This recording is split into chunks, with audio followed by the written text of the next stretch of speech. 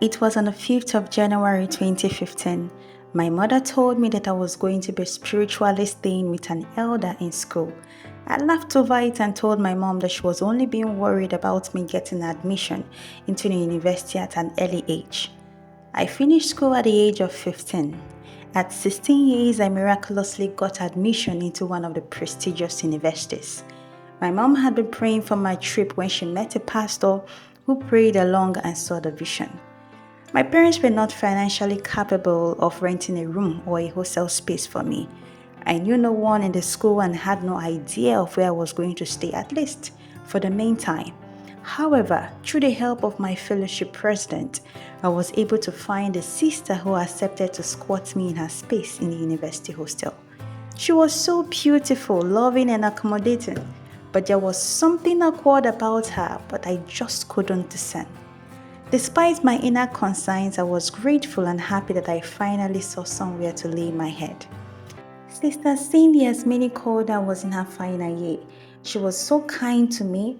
She had an open hand that was always willing to share her time, provisions, and knowledge. Being in my first year, she treated me like her little sister. The first few nights with Sister Cindy was peaceful. We both slept like babies. However, from the fifth night, I began having consistent nightmare. I just couldn't sleep. Each time I did, I woke up panting for breath. Sister Cindy most times stayed awake with me, reassuring me that it was just a dream. On a fateful day, we slept in opposite direction. Her head was facing my legs while my head was facing her legs. I don't know what woke me up, but I woke up seeing her waving her hands on my legs. I was in shock, so I left the bed and slept on the ground. The next morning, I asked her what she was doing, and she said she couldn't remember, that she must have been sleeping. That night, as usual, I couldn't sleep. Rather than being awake doing nothing, I decided to go upstairs in an open space in the hostel and pray. While praying, I remembered the words of my mother, where she said I was going to be squatted by an elder. Those words were so deeply imprinted in my heart that I knew it was time to battle. For 3 nights, I prayed violently in the dark. I prayed because I knew nobody in the school to run to.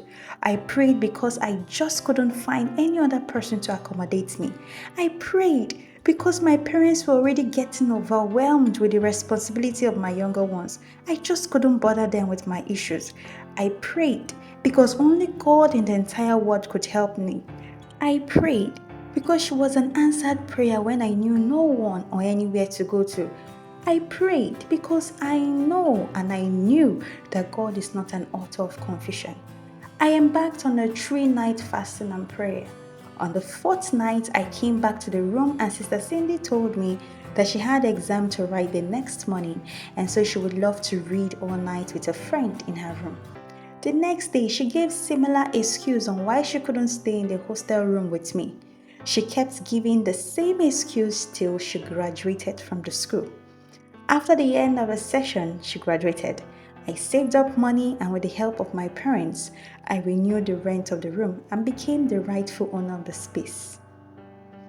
This world is a battleground between two forces, the light and the dark. The greatest gift you can give your children in this world of ours is to help them know God for themselves. For in the time of trouble, they will be able to run to God and not to man. Please, if this video was impactful, encourage me by leaving a like and subscribe. Thank you so much. God bless you.